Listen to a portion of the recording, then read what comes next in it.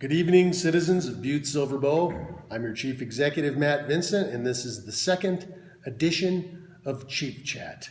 And in case you missed last week, which if you did, you can find it on our website, this will be a weekly installment of me, your Chief Executive, sharing with you a quick 5-10 minute tops update of what's going on in your local government. And we would encourage our citizens and viewers of Chief Chat to weigh in with comments and questions or suggestions. That can be done via our website, bsb.mt.gov. Can be done via our Facebook page. And if you are a tweeter on Twitter, you can hashtag Chief Chat. And we will be able to take on your questions, comments, and whatnot. We did get one this week from Mr. Scott, and I would ask Mr. Scott, if you watch this, to please send an email to my office so that we can answer that question in detail. It's a little down in the weeds for this brief overview of local government. So with that, happy Earth Day, April 22nd. Today is the 45th anniversary of Earth Day, where not only is it a great day to be a citizen, but it is a great day for us all to remember that we are planetizens. That's habitants of the same planet Earth, and everything that we can do to be aware. Earth Day, which has been since 1970 on April 22nd, has now moved into an Earth Week, and really is something that I think many cities of our size here in Butte, America notwithstanding, have strived to do things for the benefit of our planet on a day-to-day basis. So it's really kind of blossomed as far as our awareness and what we can do for our environment that will sustain us for generations to come. And we had a really busy day here in Butte-Silver. I was at, today is the kickoff of our annual Beautify Butte Month, where the local government, in cooperation with a number of our other civic organizations, the Chamber of Commerce, who leads the Beautify Butte efforts, as well as our local development corporation and a variety of other groups, our Urban Forestry Board, takes to the streets from top to bottom here in our town, and we spend the next 30 days really dedicating ourselves to doing some spring cleaning here around Butte. And so I took part down at the Chamber cleanup today for the kickoff of the annual Beautify Butte Month, which will conclude in May. Made my way down, or I guess it would be upstream, to the headwaters of former Silverbow Creek, where there was a Silverbow Creek rally of citizens to bring attention to the importance of a comprehensive cleanup of Silverbow Creek, which, in case you didn't know, is the northeastern headwaters of the Columbia River, America's second largest river. So showed up there to support our citizens' efforts in those regards.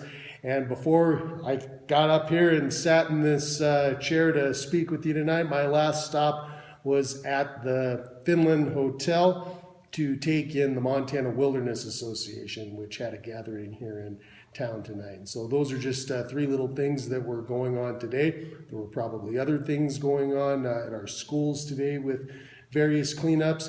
Arbor Day is on Friday, and so I know we've had tree plantings that started past Saturday, where there was a group of about 60 volunteers that planted almost 500 new tree saplings up in Walkerville, and we're going to do tree trimmings on our street trees. There's also a raising of the Arbor Day flag this Friday at 11 o'clock that I'll be taking part in. And like I said, today's the kickoff for Beautify Butte Month, so we've got a number of other activities planned, and I will be sharing those with you in future installments of Chief Chat. So aside from Earth Day, things are wrapping up north in Helena, our capital city, with the legislature. I haven't had time to check and see what sort of progress our lawmakers made today, but in the closing weeks, there's still a very, very important issue that is undecided right now, and that is how and when we are going to construct our Southwest Montana Veterans Home. These veterans, men and women of our country, pledge their lives in service to being Americans, and this is something that has been a priority for this local government, this part of the state, and I would contend on behalf of all citizens of the veterans of the state of Montana. It's been a priority for long enough for their ground not to have been broken. And so I would urge you, as we wrap up the legislative session up north, to call your legislature and urge them to do whatever they can to support the funding of the $10 million bridge that will get us the money that we need to break ground on our Southwest Montana Veterans Home until such time as our federal government can get us that money. It's not a question of if, it's a question of when. I'd like to extend my thanks to our U.S. Senator John Tester, who has been doing everything he can do. He brought the Secretary of the VA here just last month, and we sat down with him with our local legislatures and some of our veterans leaders and implored him to do whatever he could do to help make this a reality for our veterans.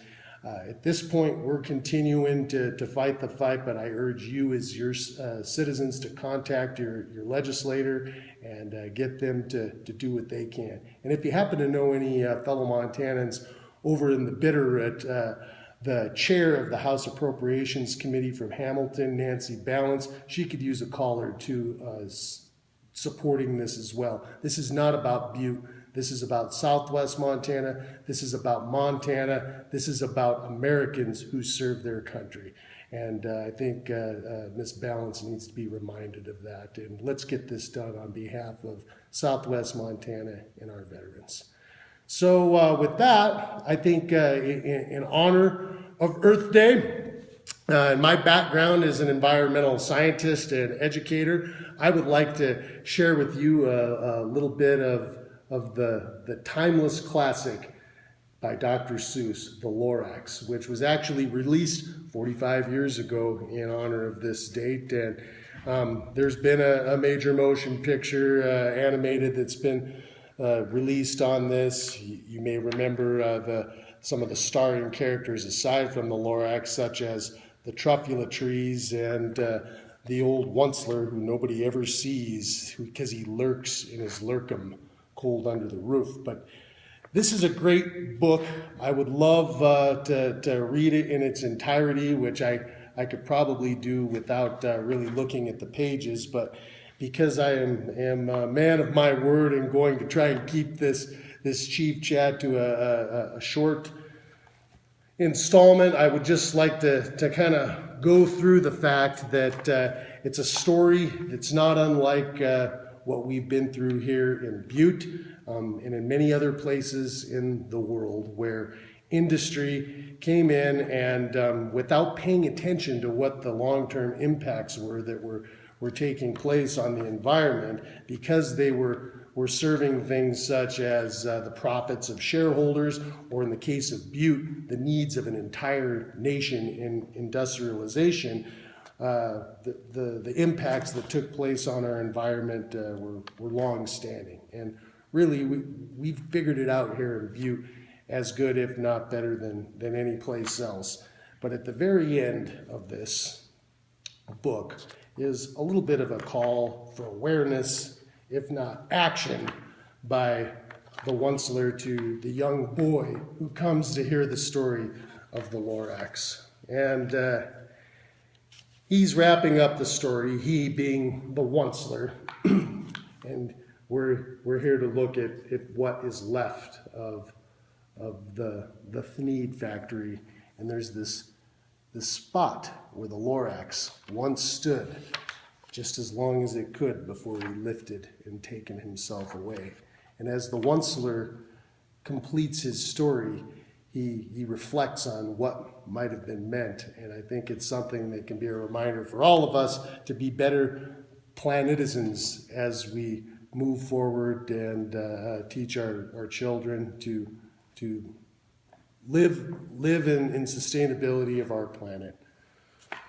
That was long, long ago, but each day since that day, I've sat here and worried away. Through the years, while my buildings have fallen apart, I've worried about it with all of my heart. All that the Lorax left here in this mess was a small pile of rocks with the one word, unless. Whatever that meant, well, I just couldn't guess. But now, says the Onceler, now that you're here, the word of the Lorax seems perfectly clear.